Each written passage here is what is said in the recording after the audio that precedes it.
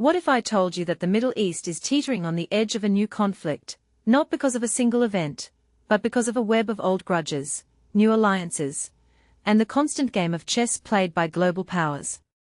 Let me break it down for you. Here's the thing, Yemen's Houthis just launched another drone strike on a Saudi oil facility, and it's not just about the fire they caused, it's about the message they sent. This isn't random violence, it's a calculated move in a decades-old power struggle. Personally, I think this attack is a direct response to Saudi Arabia's recent drone incursions into Yemen, but what's fascinating is how this escalation could reignite a war that many thought was on the back burner. The Houthis aren't just fighting for territory, they are testing the limits of international patience and the resolve of their regional rivals. And let's be honest, when you see a group backed by Iran launching attacks on a US allied kingdom, it's not just a local issue anymore. It's a proxy war with global stakes. Now, let's talk about Iran. The Iranian foreign minister recently said negotiations with the US can't resume until certain conditions are met. What makes this really interesting is that Iran isn't just holding out for a deal, they are setting the terms. They want the US to stop threatening them, lift sanctions, and compensate for war damage. But here's the kicker, the US has its own demands, like reopening the Strait of Hormuz.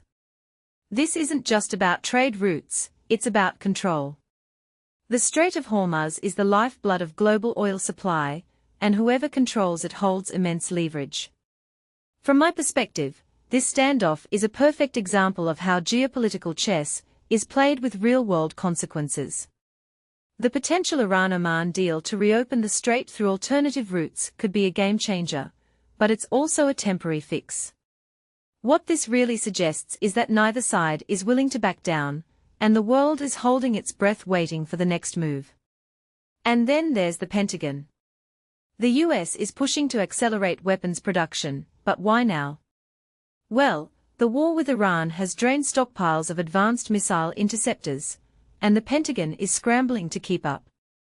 If you take a step back and think about it, this isn't just about reacting to threats, it's about preparing for a longer conflict.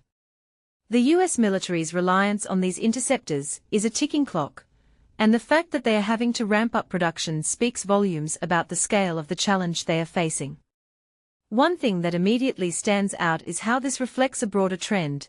The US is stretched thin, and the cost of maintaining global dominance is rising.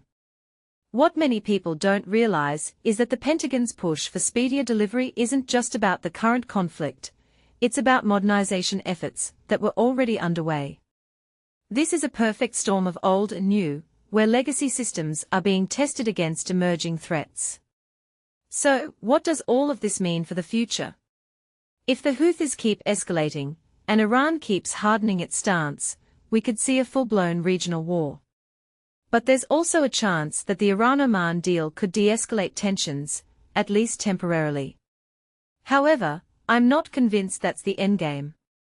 The deeper question is whether the international community is ready to intervene, or if we are just watching history repeat itself.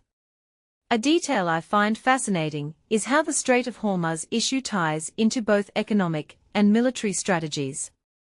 If the strait stays closed, oil prices will skyrocket, and that's not just bad for the global economy, it's a powder keg waiting to explode. In my opinion, the real battle here isn't just between Iran and the US, but between stability and chaos. And right now, the scales are tipping in unpredictable ways. What will happen next? That's the question no one can answer, but it's one we'll all be watching closely.